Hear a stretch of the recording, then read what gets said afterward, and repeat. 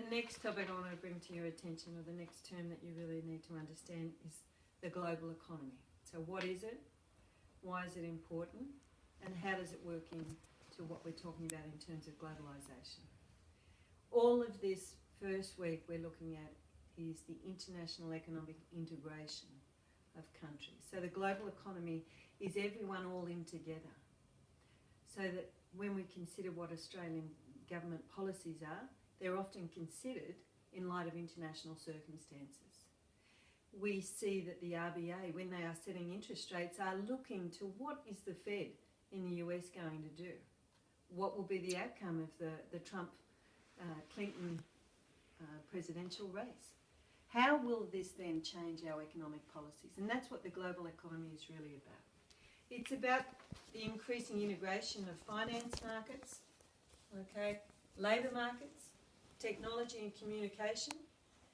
It's about how investment flows are changed and manifested by the policies of governments all over the world. If we were looking at a world where real integration had occurred, we would be thinking about universal healthcare or universal passports, where no one country had sovereignty. But of course, that's not likely to happen. But economically, we are at that point. We are getting to that point. So the global economy is the whole of the world acting as one. Now, what does the global economy produce? That's obvious.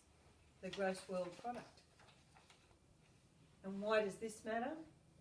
It matters because it shows us how economic times are changing.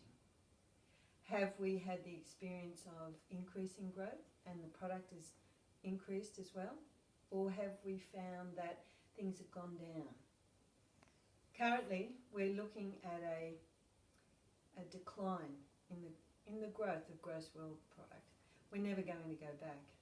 The world is on a catapult towards economic growth, regardless of environmental concerns. We are looking at perhaps a little bit of a slowdown, and that's coming through the global economy. So the gross world product is what all the countries together are actually producing. If you consider, though, how gross world product is the end product, it's world trade which is producing this.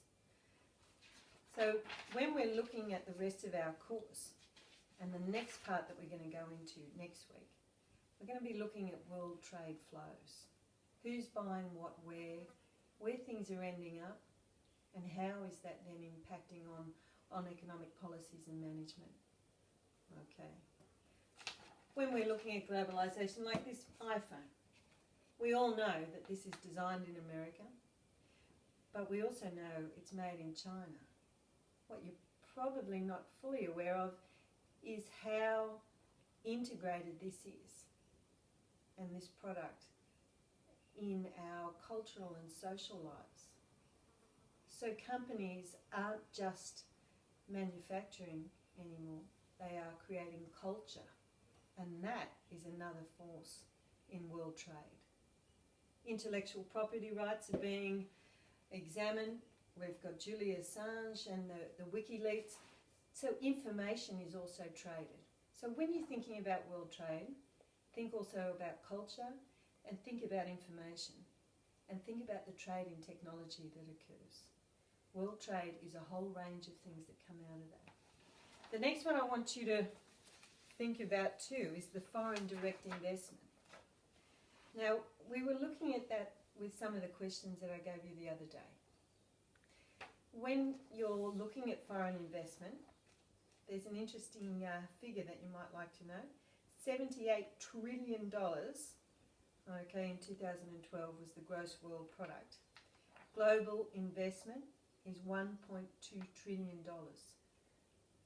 And there's 104,000 companies that are transnational. 104,000, okay, that are involved in foreign investment.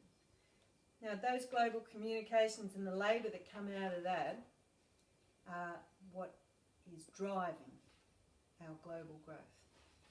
So I'm sure you're all aware of what a transnational corporation is.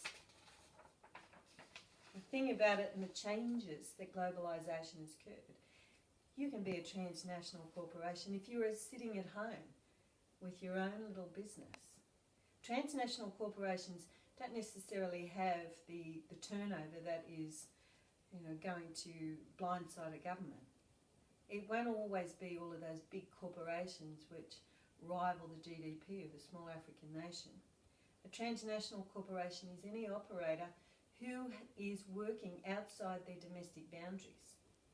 So think that through when you're classifying or discussing economic policies, because the greatest rise of business are micro businesses. We have here, just in the Bega Valley, some really experienced IT companies that are starting up, and they are sending their information all over the world. Out at Delegate, we've got a wind farm there that is being controlled in Germany. That's right. In Germany, the control room monitors what the wind speed is, how fast the turbines are turning, and what sort of power generation is coming out of those devices. If they need to change that, they do that remotely by satellite. Now that is a big transnational corporation that's involved in that, but the technology and the communications and the labour that have led to that, that's not a transnational, that's the movement of labour and the expertise of people. The next one I want to talk to you about, and there's only four, technology, transport and communications. So I've been trying to mention these quite regularly so that you're a bit more aware of what they are. What you do need to recognise with these three is how integral they are to globalisation and the global economy. They are essentially the linkages, and they link businesses, individuals and governments. If you're going to say the global economy was an engine, these three things are the oil. These are what keeps things all working together. And these are the things that change or disrupt them too. Remember our experience of the sharing economy, technology, transport and communications, how disruptive that was. So they can push or pull the global economy as well. And they are the factors that we need to then recognise in economics are driving us and driving our growth. If governments do not consider in their economic policies the infrastructure that underpins these three very key elements of globalisation, we are unlikely to build real economic growth. We talked about building economic growth through just consumption instead of building capacity, and that's what will happen without infrastructure growth. And the infrastructure growth needs to be in these three things. Think about technology, the NBN. Think about transport. Think about road and rail networks. Communications. Think about the Telstra move to privatise, and then the opening up of other firms and ways to get those communication networks moving. Okay, so understand that globalisation drives the global economy and world trade, but these three things are what actually fuel it or keep it moving.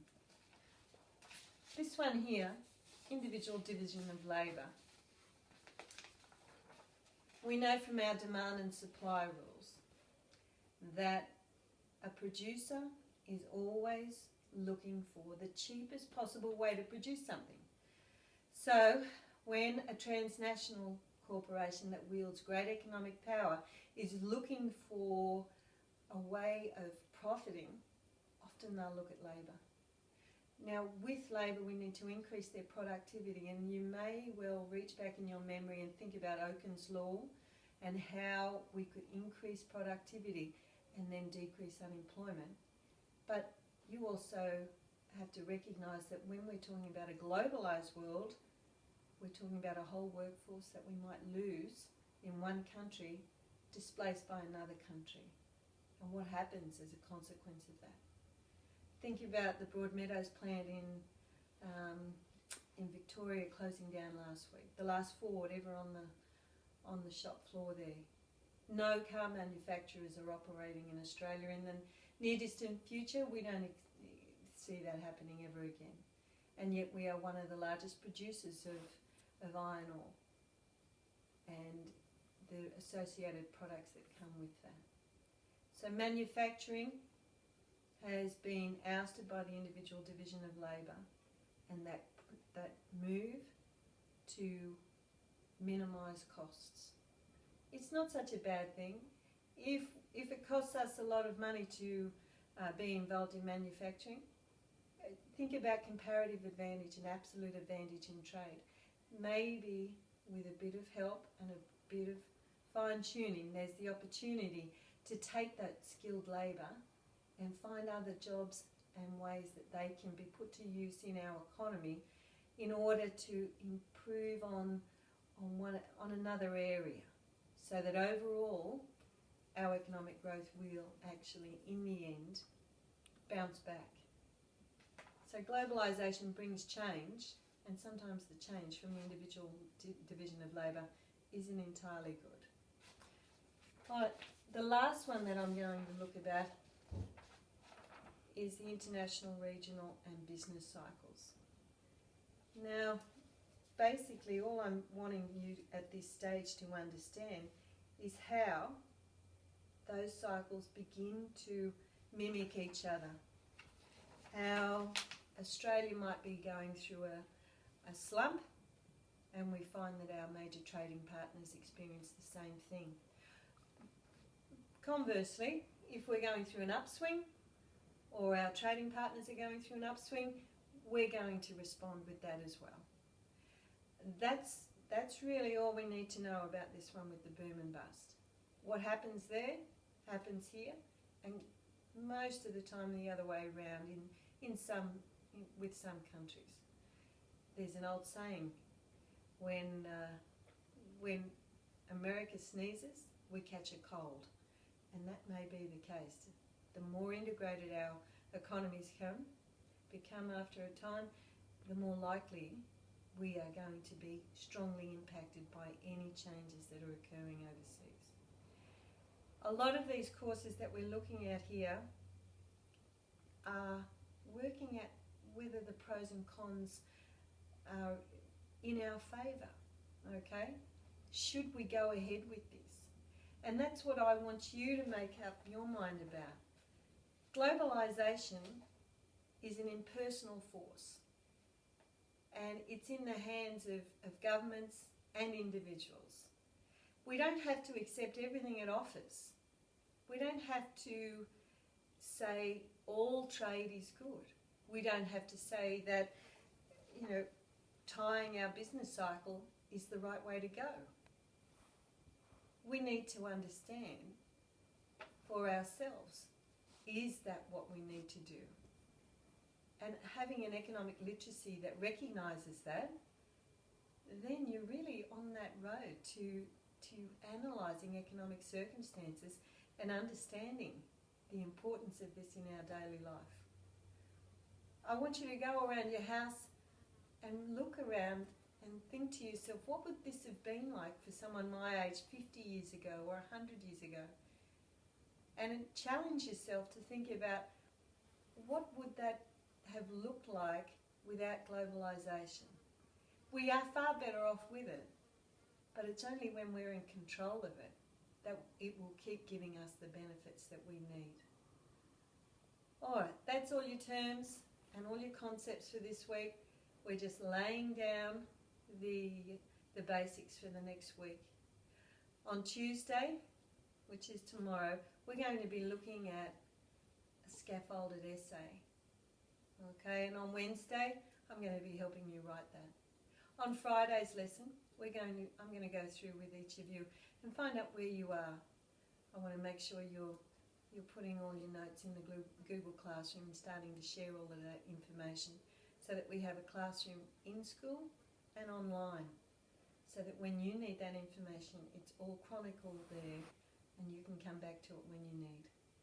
Okay, thank you. Goodbye.